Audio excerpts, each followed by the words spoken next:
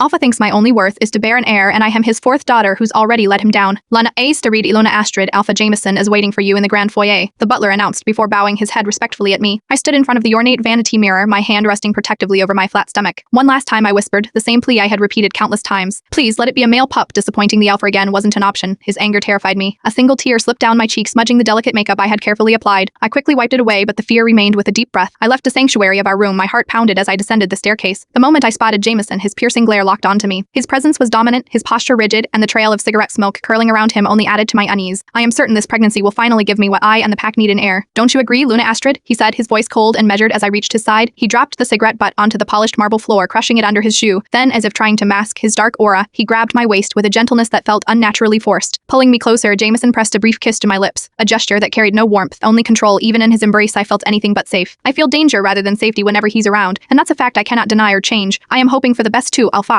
My voice trembled despite my efforts to sound composed. His lips curled into a cold smirk as his grip around my waist tightened. The gentleness was suddenly replaced by dominance. You better, he growled. Have you forgotten that this is your fourth pregnancy already? I am running out of patience, Luna Astrid. I need an heir, and this is your last chance to give me one. Last chance. His voice was deep and tormenting. Last chance. If I failed again, would he cast me aside? My breath hitched at the thought as I followed his lead. When we reached the pack's infirmary, Jameson stayed close by my side. Healer Hilda greeted us warmly and immediately began conducting a series of tests. An hour later, she returned with the results. Give me the good news, Healer Hilda, Alpha Jameson said, his grip tightening around my hand as his voice brimmed with anticipation. We're having an heir, aren't we? The healer hesitated for a while as she studied the papers in her hands. It's bad news, I could already feel it. A sense of dread coiled in my stomach. My palms grew clammy despite the coldness of the room, and my pulse quickened. The silence stretched. What's taking you so long? Jameson snapped, his patience wearing thin. Read the test results for us. Healer Hilda cast a nervous glance my way before addressing the Alpha. Her voice wavered as she spoke. Alpha Jameson, the Luna is 3 weeks pregnant with Autek. She hesitated, exhaling deeply before continuing. Fuck. My heart plummeted as Jameson's fingers slipped away from mine. His jaw clenched, and in one swift motion, he snatched the test results from Healer Hilda's trembling hands and hurled them across the room. Papers fluttered to the ground like fallen leaves, but his rage didn't end there. He drove his fist into the wooden table beside us, the loud crack echoing in the sterile infirmary room. But what terrified me most wasn't the destruction. It was the cold, detached expression on his face. Not a flicker of emotion, not even when blood began to drip from his split knuckles. He turned to me. 4 pregnancies and 4 Autek female pups. His words cut deep.